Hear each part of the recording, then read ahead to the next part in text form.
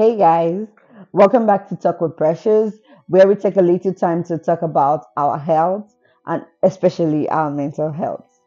I am Precious Peters, and today we're going to talk about a topic that affects millions of people every day and everywhere. And guess what the topic is going to be today? Today we're going to be talking about the impact of social media on our mental health. So whether we're scrolling Instagram, TikTok, Facebook, Twitter, or X, we've all felt the effects, we've all felt this impact. So now, but how does it impact our mental health, which is something people do not talk about a lot of times. But before we go to the negative part, let's talk about the positive part of having social media in this generation.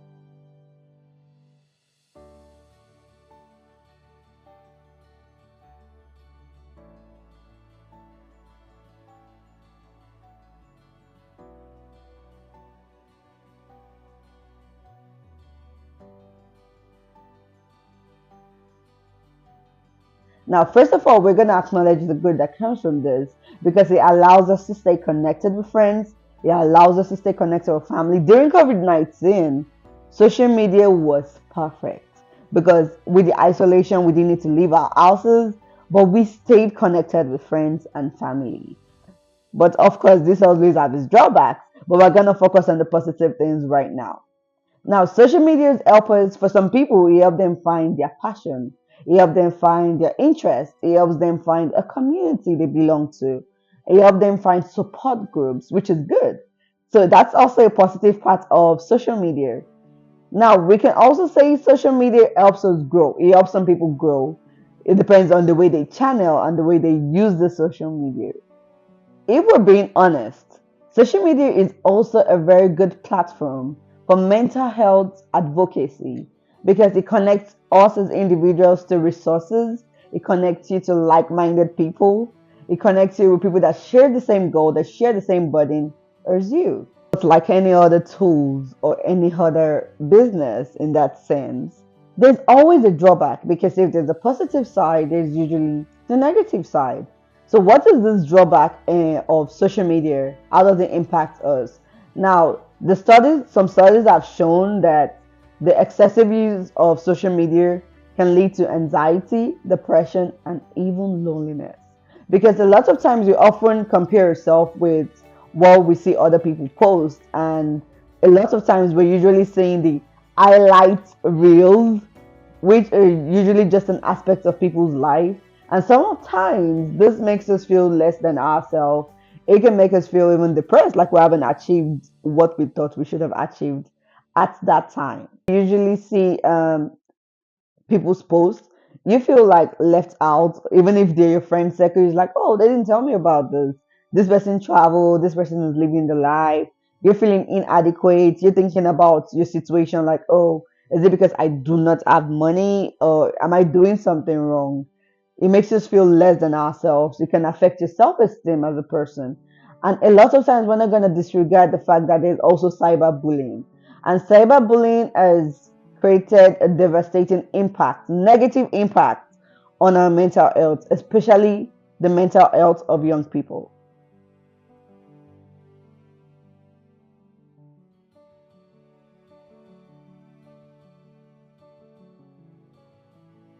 The constant exposure to negative news, the pressure to be perfect online can lead to one creating a toxic environment, not just for yourself, but the social media itself has created you to have an imagined self, something that is not actually you. Thereby, you're putting yourself under all this pressure, and the environment gets toxic for you. You're not giving yourself peace anymore. The constant exposure to negative news and the pressure to be perfect online can create a toxic environment for us as individuals. For myself, for you, and for any other person, regardless of age, we as individuals end up finding ourselves seeking validations from things like likes, comments, maybe your friend repost your picture of that day. We end up seeking validations from things like that. And then we end up having our self esteem affected if we don't get the type of response we're expecting or the type of engagement we're expecting from the feed but never got it. You ask yourself a question: How can we use social media in a way that will not negatively impact our mental health? I'm gonna give a few tips that we can use in our daily life that I use personally, and it's gonna help us on the long run. The first tip I'm gonna give is setting time limits. A lot of times, I'm also in that bracket. So a lot of times we find ourselves scrolling Instagram. It could be TikTok, it could be Twitter or X, and you start at probably like 9, 10 p.m. in the night, and the next thing you're checking your time is like 2 a.m. And you're like, where did all the time go? A lot of times we find ourselves just scrolling mindlessly on Instagram. And I told you the first thing we need is set a time limits to social media platforms. Unless you're doing a business. But even if you're doing a business, you should have a schedule. You should have a time bracket where you do all these things. Apps like Instagram and Facebook usually have a inbuilt time tracker. And this can help you manage your time more effectively. The second tip I'm gonna give you is curate your feed. Follow accounts that makes you feel uplifted. Follow accounts that inspires you. Do not be afraid to unfollow people that makes you feel less than yourself. If it's on WhatsApp, of course, you cannot really unfollow them on WhatsApp. Mute that status. Yeah, mute it.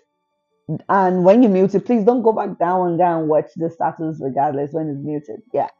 Do something that makes yourself feel better. Follow channels that makes you uplifted, that encourages you, that speaks to you, that inspires you. The third tip I'm gonna give is be mindful. I always say be mindful. Pay attention to how you feel when you're done using social media. When you're done looking at Instagram, spending like 30 minutes, 1 hour, 2 hours, 3 hours, and many hours you spend on Instagram or Facebook or whatever social media platform, Snapchat, whatever it is, whatever social media you're using, how do you feel when you're done with it? Do you feel depressed? Do you feel anxious? Does it make you feel bad? Or do you start feeling, oh God, when me? Like, where are my mates progressing and I'm not progressing? How do you feel when you use all those platforms? Be mindful of it. If you're feeling anxious or you're feeling upset, I think it's time to take a break.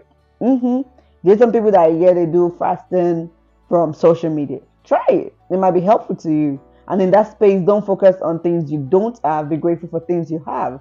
So be mindful. And the fourth thing I'm going to talk about is engage authentically. Focus on real connections. Focus on real people. Focus on having good conversations with people. Put more effort in having social interactions with people. Do not just think about likes and follows. Engage in meaningful conversations. Support each other. Support yourself in a community. Remember, social media is what we make of it. It's a platform. It's how we use it that determines the impact it's going to have on us. So, social media is what we make of it. Let's spread positivity and support each other. And if you found this helpful, don't forget to like, comment, share with friends and family. And don't forget to subscribe to my channel for more insights to your mental health. I will see you in the next video. Bye bye.